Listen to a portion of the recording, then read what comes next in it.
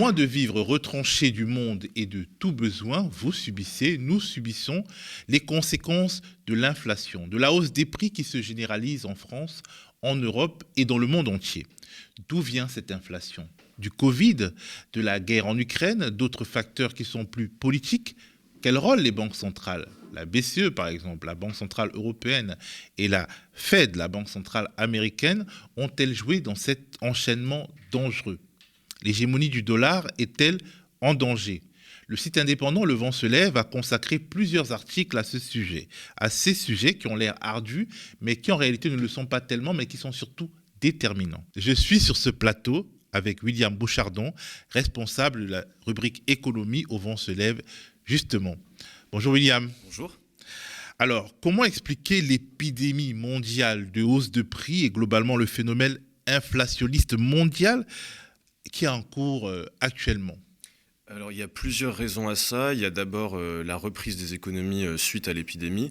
Les différentes grandes puissances ont toutes mis en place des plans de relance assez importants qui se comptent en centaines, voire en milliers de milliards de dollars, ce qui a accru la demande pour toutes sortes de matières premières, par exemple le bois, les métaux, ce genre de choses. On a aussi des problèmes logistiques assez importants. On se souvient que par exemple le canal de Suez avait été bloqué pendant une semaine, mais ça a eu des conséquences à plus long terme. Là, en ce moment, on a une pénurie de containers au niveau mondial. Et puis, il y a par exemple le port de Shanghai, qui est quand même le premier port mondial, qui est quasi bloqué parce qu'il y a un confinement extrêmement strict dans cette partie-là de la Chine. Parmi les autres explications, on a aussi la guerre en Ukraine, forcément, qui a renchéri le coût des hydrocarbures notamment, mais aussi des matières premières agricoles, que ce soit notamment le blé, les huiles, style huile de tournesol, ce genre de choses. Et puis, il y a parfois aussi même simplement la production qui n'arrive pas à suivre la demande. C'est vrai dans le cas, par exemple, des microprocesseurs, puisque, par exemple, on a de plus en plus, que ce soit dans les voitures, mais aussi dans tous les appareils électroniques dont on a accru la consommation avec le Covid pour des raisons qu'on comprend tous, et donc la production n'arrive pas à suivre. Donc on a toutes ces raisons-là qui se cumulent et qui font qu'il y a de plus en plus d'inflation. On est à des niveaux qui n'étaient pas atteints depuis 30 ou 40 ans en Europe ou aux États-Unis, en Grande-Bretagne. Voilà, donc c'est assez inattendu et beaucoup de banques centrales nous disaient que ça allait être temporaire. Là, il semble que ça va plutôt durer quand même. Est-ce que l'inflation, elle est mondiale, comme on a l'impression? Est-ce qu'il y a des endroits qui sont plus touchés par l'inflation que d'autres? Alors, l'inflation est, de manière générale, oui, mondiale, mais c'est vrai que c'est notamment pour les pays occidentaux en ce moment que ça se voit beaucoup et auxquels on n'était pas très habitué, parce qu'il y a des pays pour lesquels ils sont un peu plus habitués à connaître une inflation assez forte. Et puis après, ça dépend aussi de qu'est-ce qu'on consomme. Par exemple, pour certains pays, des pays du Sud, je pense par exemple à la Tunisie, le Liban, le Yémen, l'Égypte, la question par exemple des prix du blé, et parce qu'ils en sont très dépendants des importations, notamment Russie-Ukraine, va être déterminante. Donc voilà, on a un problème qui est quand même assez généralisé. Ouais. Alors, jusqu'où elle ira? Est-ce qu'elle peut nous précipiter dans une crise comme celle de 1929 ou de 2008? Jusqu'où ça va aller? Pourquoi c'est aussi grave que ça, finalement? Est-ce qu'on peut avoir des exemples qui nous montrent pourquoi c'est grave et essayer de voir jusqu'où on peut aller dans cette spirale inflationniste? Alors jusqu'où on va aller, très honnêtement, je ne sais pas. Ça va dépendre aussi de la réponse que vont apporter les gouvernements et aussi les banques centrales. Enfin, j'imagine qu'on va en parler. Après, je pense qu'il faut rappeler quelque chose d'important, c'est qu'une inflation, lorsqu'elle est à un niveau correct et lorsque les salaires, les rémunérations suivent, globalement ne pose pas de problème. C'est même plutôt sain pour l'économie parce que ça permet en gros que la valeur des dettes que vous avez accumulées finalement se déprécie en valeur réelle, c'est-à-dire que voilà, comme vous avez la monnaie perd sa valeur, vos dettes diminuent, ce qui serait plutôt bon pour l'économie, sachant qu'on a aujourd'hui des niveaux de dette, que ce soit publics ou privés, qui sont très très élevés. Par contre, si ça s'emballe, et bon, pour l'instant, c'est peut-être ce vers quoi on va, là, ça peut devenir beaucoup plus dangereux parce qu'effectivement, ça signifie un appauvrissement. Et le problème qu'on a aujourd'hui, c'est que les salaires, par exemple, ne suivent pas la hausse de l'inflation. On a une petite revalorisation du SMIC en France, on a quelques hausses de salaire dans Alors, la différents secteurs. revalorisation du SMIC en France, elle n'absorbe pas l'inflation, on est d'accord. On est d'accord. Donc, en réalité, aujourd'hui, 1 euro que j'ai dans ma poche, il vaut moins que, disons, il y a un an. Oui, totalement. Et donc, ça veut dire que les gens qui travaillent dans des domaines qui ne sont pas régis par le SMIC aussi, ils sont des gros perdants. Par exemple, imaginons un auto-entrepreneur, etc., qui n'a pas le pouvoir, à moins d'augmenter ses prix, et qui ne le peut peut-être pas quand il y a beaucoup de concurrence. En fait, lui, il s'appauvrit inexorablement. Oui, totalement. Encore plus que les salariés. Oui, et puis c'est vrai que si on prend le cas des auto-entrepreneurs, ça dépend. Certains sont des vrais auto-entrepreneurs, éventuellement, ils peuvent monter leur prix. Si vous êtes un travailleurs salarié, ubérisés. voilà, si vous êtes un faux auto-entrepreneur, c'est-à-dire en fait un salarié concrètement, mais sans le régime de salaire, c'est pas vous qui fixez les prix, ça va être la plateforme, par exemple Uber, Deliveroo, etc. Et oui, là vous vous faites complètement avoir, et de manière générale, on risque un appauvrissement. Ouais. Alors, si on faisait comparaître les banques centrales à la barre dans notre recherche de coupables de cette spirale inflationniste, est-ce qu'elles plaideraient coupables? Est-ce qu'elles peuvent plaider innocentes? Innocents? Alors, est-ce qu'elles peuvent plaider coupables? Ça, je ne sais pas, mais en tout cas, elles ne sont pas innocentes là-dedans. Ce que je vous disais à l'instant sur les raisons de l'inflation, effectivement, ce n'est pas directement du ressort des banques centrales, c'est plutôt des phénomènes dans l'économie réelle, sur la consommation et sur la production et sur les chaînes logistiques. Par contre, historiquement, ce qu'on peut faire pour baisser l'inflation, c'est remonter les taux d'intérêt directeurs, c'est-à-dire que les banques, lorsqu'elles vont... rendre l'argent plus cher, en gros. C'est-à-dire que lorsque les banques veulent emprunter auprès de la banque centrale, ça va leur coûter plus cher. Et ce qui va ensuite se répercuter sur les prêts qu'elles vont faire aux entreprises ou aux ménages.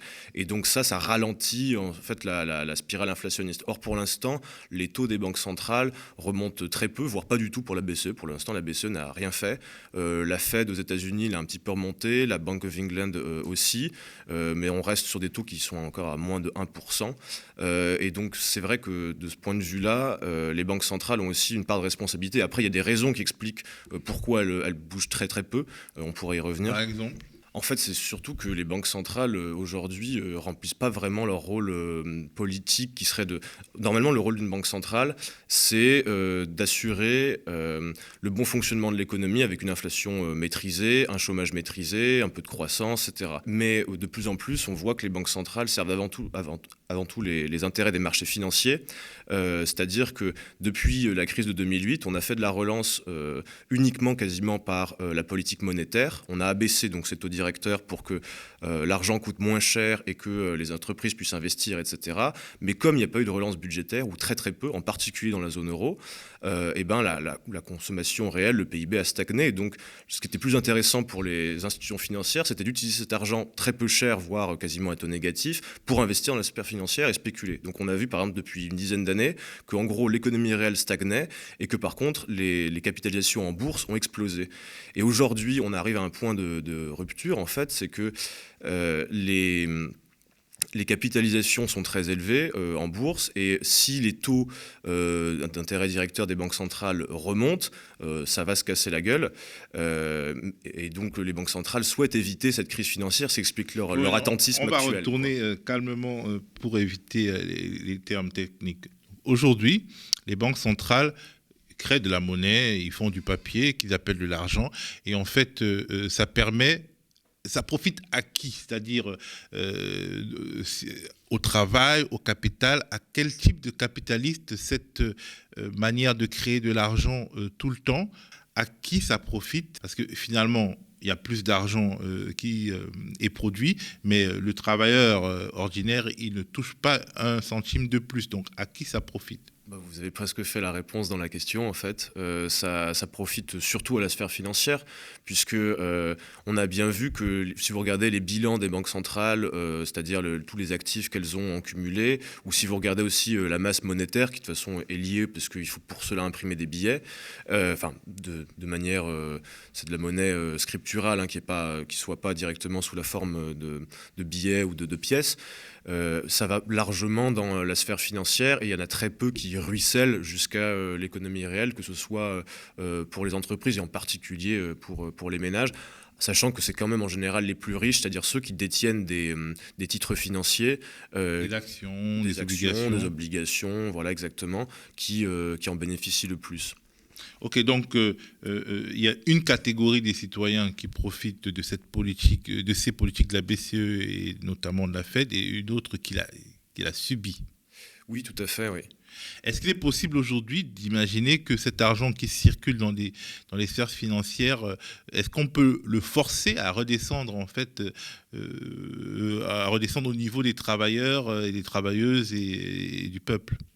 Alors, oui, globalement, enfin, il y a des moyens de parvenir à ce que la monnaie qui est dans la sphère financière puisse redescendre, mais en fait, enfin, de toute façon, avec les niveaux qu'on a de capitalisation, on ne va pas tout faire redescendre. Il y a quand même énormément qui est juste de la monnaie complètement artificielle. Après, ce qui peut être fait, c'est simplement que, par exemple, les banques centrales remplissent leur rôle historique ce qu'on appelait le circuit du trésor, en finançant les États, et que les États, justement, investissent via des politiques budgétaires pour lancer des politiques de grands travaux, pour augmenter les salaires, notamment des fonctionnaires, mais aussi indirectement d'autres salaires. Ça va être tout ce genre de politique. Et ça ne se fait pas pour l'instant. Non, non, très peu. Parce que la BCE, par exemple, ne le veut pas, parce que les États s'y refusent par adoration du veau d'or, du roi, du dieu marché. Pourquoi? Alors, en fait, de ce point de vue-là, en plus, l'Europe, enfin la zone euro est vraiment parmi les pires élèves, parce qu'effectivement, on a des règles budgétaires qui sont assez strictes, alors qui ont été un peu suspendues pendant le Covid, mais on nous dit, par exemple, Emmanuel Macron promet toujours de revenir sous les 3% de déficit public d'ici la fin de son nouveau mandat. Il prévoit, je crois, quelque chose comme 3 points de PIB de baisse des dépenses publiques, ce qui n'est pas du tout souhaitable aujourd'hui. Il suffit de regarder aussi l'état des services publics comme l'hôpital, la santé, les besoins de financement qu'on a pour la transition écologique, dans les transports, dans la rénovation des bâtiments, etc.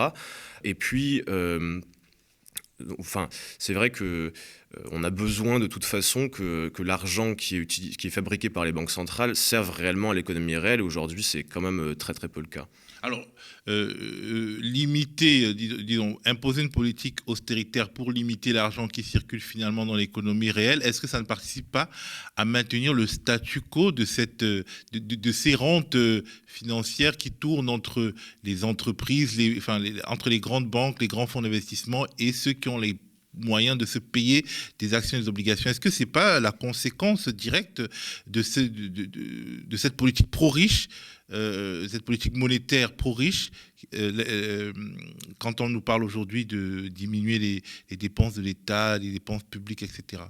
Si, et puis il y a un autre effet, c'est-à-dire que si vous êtes une entreprise et que la consommation stagne, voire diminue parce qu'il y a de l'austérité, parce que les gens n'ont juste pas les moyens, et ben, le plus simple pour gagner de l'argent, c'est pas de vendre des biens manufacturés, des services, etc., c'est d'aller spéculer, parce que ça rapporte beaucoup plus. Et c'est ce qu'ont fait les entreprises et surtout les institutions financières depuis pas mal de temps, mais en particulier depuis une dizaine d'années. Puis finalement, la spéculation est protégée des aléas de la vie, de la guerre en Ukraine, du Covid, etc., puisque l'expérience montre que quand il y a des problèmes, la Banque centrale vole au secours de l'actionnaire, du rentier, via ces politiques de fabrication d'argent, et n'a que peu d'égards finalement pour le citoyen lambda. Le quoi qu'il en coûte vous rapporte plus quand vous avez des actions et des obligations que quand vous n'avez que votre salaire, en gros. Bien sûr.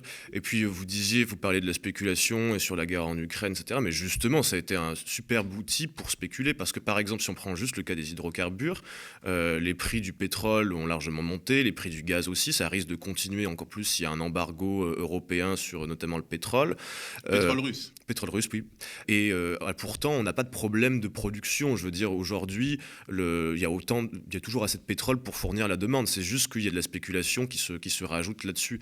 Et puis, vous parliez du fait que c'est surtout les grandes entreprises et les institutions financières qui en profitent. C'est tout à fait le cas, puisque en fait aujourd'hui ce qu'on a, c'est une privatisation des profits. C'est ceux qui ont beaucoup investi dans la sphère financière qui font des superbes gains, et puis une socialisation des pertes, c'est-à-dire que lorsqu'il y a un vrai problème, à la fin c'est la Banque centrale souvent qui est obligée d'intervenir. Je prends un exemple qui est assez peu connu, mais parce qu'on a peu parlé, c'était une période où on était tous très très inquiets du virus, etc. Mais il y a à peu près 2 ans, vers mars 2020, on est passé à 2 doigts d'une crise financière énorme, c'est-à-dire que notamment toute la finance très très peu régulée qu'on appelle le shadow banking, en fait c'est cassé la gueule parce que donc le shadow banking, pour essayer de rendre ça à peu près compréhensible, il s'agit de pans de la finance qui ne sont pas par exemple des banques qui doivent avoir des réserves, etc.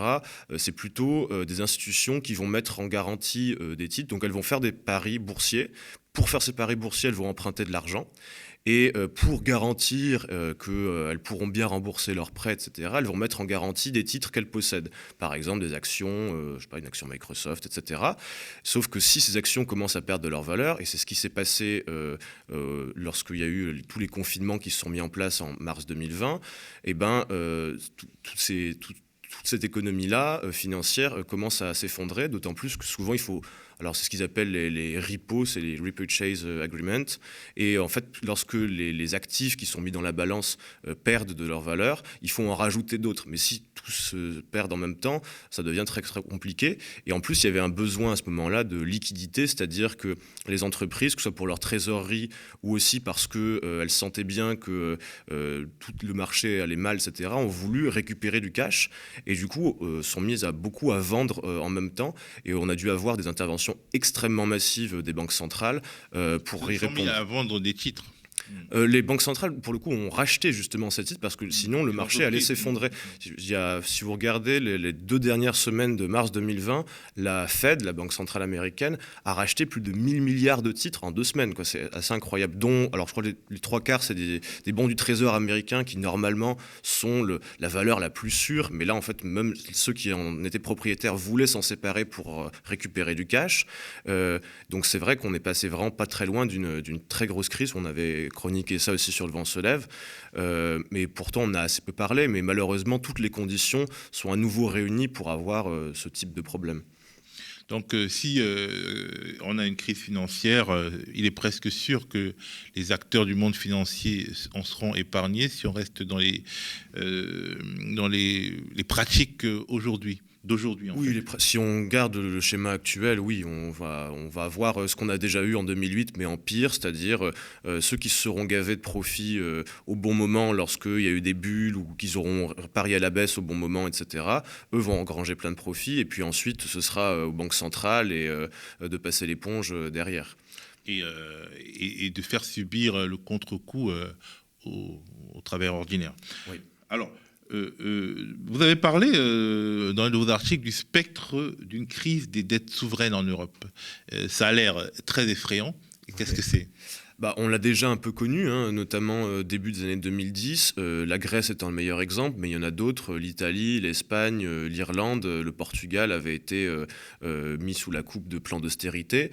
La crise de dette souveraine, c'est lorsque les États ont du mal à refinancer leurs dettes. En fait, ce qu'il faut bien comprendre avec la dette, c'est que le problème de la dette, c'est pas forcément combien vous en avez, pour les États, hein, je veux dire, c'est pas forcément combien vous en avez ou combien ça représente en pourcent de votre PIB, c'est est-ce que la dette est soutenable ? Ça veut dire, est-ce que vous pouvez la faire rouler, c'est-à-dire les emprunts que vous avez à rembourser, est-ce que vous pouvez réemprunter à des taux corrects pour pouvoir continuer à faire rouler cette dette ? Et ce qui s'est passé vers 2011, 2012, 2013, jusqu'à ce que Mario Draghi, le président de la BCE à l'époque, qui est maintenant Premier ministre italien, qui avait là lancé un grand programme de rachat d'actifs, etc., le quantitative easing, on avait des taux d'emprunt, notamment pour la Grèce, je crois qu'il avait atteint jusqu'à 15%, ce qui est absolument délirant. Et là, on peut craindre que ce scénario arrive de nouveau si les banques centrales, face à l'inflation, commencent à remonter leur taux d'intérêt directeur, c'est-à-dire les taux auxquels elles veulent bien prêter aux banques, etc. De fait, la dette des États va coûter de plus en plus cher. Ça a déjà un peu commencé. Par exemple, les taux d'intérêt à 10 ans pour les États-Unis sont désormais à 3%, alors qu'il n'y a même pas un an, ils étaient négatifs. Et c'est pareil pour la France et pour d'autres pays. Après, les plus à risque sont ceux qui ont des économies assez fragiles. Je pense particulièrement à l'Italie, par exemple, si on parle de la zone euro. Alors la Grèce, bien sûr, est fragile, mais l'Italie, c'est quand même autre chose. C'est quand même la 3e économie de la zone euro. Alors, L'hégémonie du dollar, est-ce qu'elle est mise en cause aujourd'hui? Parce que finalement, les deux monnaies dont nous parlons, c'est le dollar et l'euro. Si l'inflation continue, est-ce qu'on peut imaginer une sorte de perte d'hégémonie du dollar? On voit que avec la guerre en Ukraine, déjà Vladimir Poutine a obligé les Européens à le payer en roubles. Bon, manifestement, finalement, ça ne marchera pas. Ils vont refuser, mais ils avaient commencé déjà à le faire, ce qui a permis à la monnaie russe de remonter alors qu'elle était vraiment violemment attaquée. Est-ce que c'est la revanche des matières premières, enfin de l'économie réelle sur les monnaies, et est-ce que le dollar a du souci à se faire? Alors, il y a beaucoup de questions en même temps. Sur la parenthèse sur le rouble, c'est vrai que le rouble avait beaucoup baissé au début de la guerre en Ukraine, mais moins que par exemple qu'au moment de l'invasion de la Crimée. Aussi parce que la Russie, en fait, s'était assez bien préparée à cette guerre. Bon, même si sur le terrain militaire, etc., ils attendaient sans doute une victoire assez décisive rapidement, mais d'un point de vue financier, ils étaient assez prêts. Et puis, comme vous l'avez rappelé, ils ont demandé, donc le Vladimir Poutine et le gouvernement russe, à ce que les achats d'hydrocarbures soient payés en roubles. Alors les Européens ont dit non, et puis finalement, via Gazprom Bank, on les paye en euros, qui convertissent en roubles, tout ça. Bon, finalement, tout le monde est à peu près content, parce que nous, on peut continuer à acheter nos hydrocarbures, et puis eux peuvent continuer à maintenir la valeur du rouble. Par contre, sur l'hégémonie du dollar, c'est un peu plus compliqué comme question. On a les inquiétudes commencent un peu à monter, mais si ça se fait, ça sera quand même, ça prendra du temps. On a des institutions assez sérieuses, dont Goldman Sachs ou le FMI, qui s'inquiètent d'une fin progressive de l'hégémonie du dollar. Alors de quoi il s'agit? En fait, c'est que le dollar est la monnaie de référence à la fois pour les échanges commerciaux internationaux. Je crois que c'est 43% des échanges commerciaux mondiaux qui sont payés en dollars, et encore plus pour les réserves des banques centrales, parce que avoir des dollars, comme c'est extrêmement stable, généralement on a confiance. C'est 59% aujourd'hui au niveau mondial des réserves qui sont en dollars. C'est un peu moins qu'il y a 20 ans où on était autour de 70%, mais ça reste assez conséquent. Par contre, pourquoi ça risque de disparaître progressivement? En fait, les États-Unis ont beaucoup bénéficié du fait que le dollar soit la monnaie mondiale. Ça dure depuis la Seconde Guerre mondiale, cette affaire. À l'époque, en fait, donc c'est les accords de Bretton Woods, et le dollar est la monnaie mondiale, et il est convertible en or. Jusque-là, tout le monde était à peu près d'accord. Alors bon, Keynes avait proposé une monnaie mondiale qui n'appartienne pas à un État, mais comme les Américains étaient les grands vainqueurs, ils ont réussi à imposer ça. Ça a tenu jusqu'à 1971, lorsque, en fait, pour les besoins budgétaires de la guerre au Vietnam, Nixon, c'était lui le président à l'époque, a mis fin à la convertibilité du dollar en or, parce que plein de pays voulaient récupérer de l'or, et les réserves des Américains s'amenuisaient. Et du coup, depuis 71, donc ça fait 50 ans maintenant, ce qui se passe, c'est qu'on a gardé le dollar comme monnaie mondiale, mais il ne peut plus être convertible en or. Et donc, en fait, les Américains peuvent en imprimer autant qu'ils veulent, avoir un déficit commercial absolument monstrueux, et pourtant, leur monnaie ne se déprécie pas, parce qu'elle reste la monnaie de référence. Pourquoi ça pourrait commencer à changer?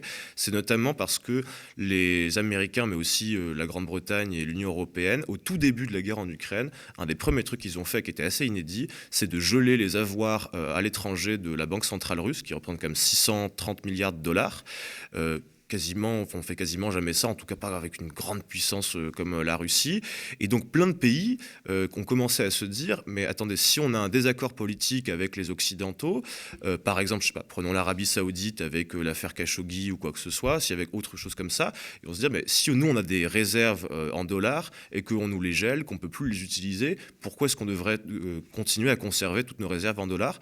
Donc ce qu'on voit et ce qui risque de se passer, ça prendra du temps, hein, c'est que progressivement, les banques centrales, etc., vont diversifier les monnaies dans lesquelles elles gardent les réserves. Il y aura toujours du dollar, mais il y aura plus d'euros, plus de yuan, plus de livres ou d'autres monnaies. Un panier de monnaie, donc. Voilà. Est-ce qu'il y a des pratiques qui sont précurseurs ou précurseuses de ça déjà? Oui, alors je n'ai pas forcément les chiffres en tête, mais je sais que par exemple la Chine récemment a signé un gros contrat de fourniture de pétrole avec l'Arabie Saoudite, qui n'est non plus libellé en dollars, mais en yuan. Donc il y a de plus en plus, on avance vers un monde plus multipolaire, même si encore une fois ça prendra du temps. Alors, est-ce que il est possible aujourd'hui de penser à une sorte de réforme du système monétaire mondial? Parce que finalement, nous sommes sur le système de Bretton Woods d'après la Deuxième Guerre mondiale. Aujourd'hui, avec un affaiblissement progressif mais réel du dollar, avec donc cette crise de l'inflation, avec aussi la montée des crypto-monnaies, est-ce que on peut imaginer un système, un nouveau système monétaire mondial? D'abord, parlons déjà avant tout ça des crypto-monnaies. Est-ce que elles changent la donne et est-ce qu'elles nous obligent à faire évoluer le système? En fait, il vaut mieux parler de crypto-actifs que de crypto-monnaie. Je vais vous expliquer pourquoi. C'est simple. En fait, normalement, il y a 3 fonctions de la monnaie pour vraiment être considérée comme une monnaie. Et c'est pour ça que, à titre personnel et comme d'autres personnes qui sont des économistes, etc., je ne considère pas que le Bitcoin ou consort soit de vraies monnaies. Parce qu'une monnaie, pour qu'elle soit considérée comme telle, il faut qu'elle puisse servir de réserve de valeur. Or, on est sur des valeurs qui fluctuent énormément. Il faut aussi qu'elle puisse être acceptée comme moyen de paiement courant. On voit qu'avec le Bitcoin, c'est quand même très très peu le cas. Tout le monde continue à régler ses achats en euros, en tout cas ici. Et puis, il y a une troisième condition, j'avoue que j'ai oublié. Mais en fait, on n'est pas du tout sur des vraies monnaies, on est surtout sur des actifs qui sont complètement spéculatifs. Certains se font beaucoup d'argent avec, hein, que ce soit des particuliers parfois, mais surtout en fait les très gros détenteurs de crypto-monnaies. On peut penser à Elon Musk qui manipule un peu les cours parce que ces acteurs-là en possèdent tellement que lorsqu'ils vendent ou qu'ils achètent, ils dictent un peu le rythme des marchés. Donc personnellement, je ne crois pas du tout que les crypto-monnaies répondent aux problèmes qu'on a, aussi pour une autre raison, notamment parce que ce qui concerne le Bitcoin, il y a une quantité limitée de Bitcoin, alors que pour les monnaies normales, on va dire, comme l'euro, le dollar, etc., on peut en imprimer au fur et à mesure dont on a besoin. Alors parfois, il y a des excès, comme on voit dernièrement, mais c'est aussi une limite de ces monnaies-là, pas de ces non-monnaies, on va dire. Alors, que va devenir notre système monétaire mondial? Comment le réformer? Qu'est-ce qui va devenir? Je pense qu'on va vers un système plus multipolaire, comme je vous expliquais.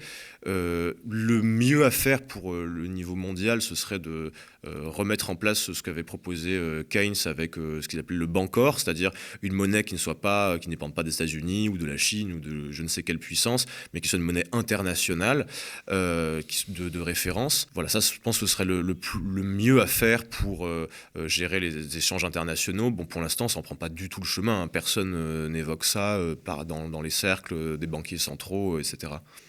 Donc aujourd'hui, il faut attendre que la crise se fasse pour... Alors, après, on peut faire par contre pas mal de réformes pour aussi lutter contre tous les problèmes qu'on décrivait sur la sphère financière.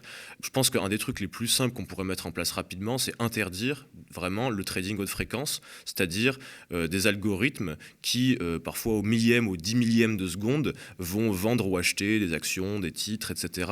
Et on voit très bien que quand c'est sur des durées aussi minuscules, c'est pas du tout pour investir dans une entreprise parce qu'on considère que c'est intéressant, qu'elle va faire des bénéfices, etc. C'est de la pure spéculation. Et ça veut dire que lorsque le marché commence à baisser ou qu'il monte, ça alimente les bulles ou ça alimente les crises. Donc déjà, si on interdit ça, ce qui représente en général quasiment la moitié des transactions sur les grandes bourses mondiales, on peut déjà limiter la rapidité de la chute. Et puis après, de manière plus générale, à un moment donné, il va falloir se poser des questions beaucoup plus fondamentales sur définanciariser l'économie. C'est-à-dire que, par exemple, il faut qu'on ait de moins en moins de choses qui dépendent dans nos vies courantes des marchés financiers. Et par exemple, je trouve que le projet d'Emmanuel Macron sur la retraite est très inquiétant de ce point de vue-là. Alors, on parle du fait que les gens vont devoir travailler plus longtemps, et c'est très bien parce que ça permet d'expliquer concrètement aux gens ce qui va leur arriver dans leur vie. Mais ce dont on parle moins, le vrai objectif, c'est pas de faire des économies ou je ne sais pas quoi, parce que le Conseil d'orientation des retraites lui-même dit qu'il n'y a pas de problème de financement. La vraie question, c'est parmi le magot de 300 milliards par an des retraites, qui aujourd'hui par répartition, Macron souhaite qu'il y ait une partie la plus importante possible qui parte dans la sphère financière, qu'on aille comme aux États-Unis ou en Allemagne ou dans d'autres pays, que les gens doivent investir dans les fonds de pension. Et ça, il faut absolument lutter contre ça, parce que si on a des effondrements, des crises financières, et ben les gens vont être ruinés, et c'est ce qui peut se passer. Et dernière chose, peut-être aussi comme réforme, alors je sais que c'est assez radical, mais qu'on qu'il faudrait, à mon avis, envisager, c'est qu'aujourd'hui, comme on disait tout à l'heure sur la socialisation des pertes, etc., on a des institutions qui sont beaucoup trop grosses, beaucoup trop puissantes, les too big to fail. Si elles s'effondrent, tout le système s'effondre et donc on est obligé de les sauver. Ça peut plus durer parce qu'on voit bien dans quelles extrémités ça nous amène. À un moment donné, il va falloir se poser la question de la nationalisation des banques. Pour pouvoir purger les crédits un peu pourris qui ne seront jamais forcément remboursés, mais aussi pour que l'épargne que gèrent ces banques soit investie non pas dans de la spéculation sur les marchés, mais pour financer des besoins concrets, utiles, dans la transition écologique, dans les services publics, etc. Merci beaucoup, William Bouchardon. Je rappelle que vous êtes responsable de la rubrique économie pour le site indépendant Le Vent se lève. Merci.